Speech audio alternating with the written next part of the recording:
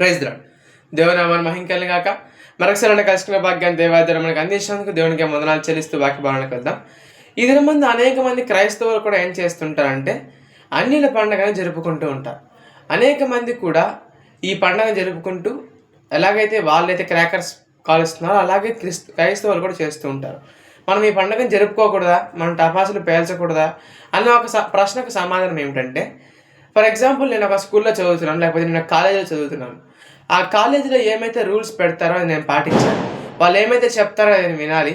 వాళ్ళు ఏమైతే చెప్తారో నేను నేర్చుకొని రావాలి. అంతేకాని నేను వేరే కాలేజీలో చెప్పిన సిలబస్ నేను చదువుకుంటాను, ఆడిచ్చిన ఎగ్జామ్ క్వశ్చన్ పేపర్ నేను ఇక్కడ రాస్తాను అంటే అది కుదరదు. మనం కూడా క్రిస్టియానిటీ, యేసులో నమ్మకం అనే ఒక స్కూల్లో మనం ఉన్నాం. యేసు యందు నమ్మిక అనే ఒక స్కూల్లో మనం ఉన్నాం. కాబట్టి ఏమైతే దేవుడు మనకి చెప్పాడో అది మాత్రమే మనం వినాలి. అంతేకాని ఇతరులకు ఏమైతే వాళ్ళకి బోధించారో అది మనకు అవసరం లేదు. ఎందుకంటే మన దేవుడు యేసుప్రభుల వారు, ఆయన మనకి ఏం చెప్పారో అది మాత్రమే మనం చూడాలి. ఎందుకంటే మనం దేవుడు చెప్పింది వింటేనే మనకు ఎగ్జామ్ రిజల్ట్ మంచిగా వస్తుంది. అదే వేరే కాలేజీలు చెప్పినట్టు వింటే మనకు రిజల్ట్ రాదు. అలాగే ఇక్కడ కూడా దేవుడు చెప్పినట్టు వింటేనే మనకు పరలోక రాజ్యం వస్తుంది, కానీ ఇతరులు చెప్పినట్టు వింటే మన పరలోక రాజ్యం కాదు.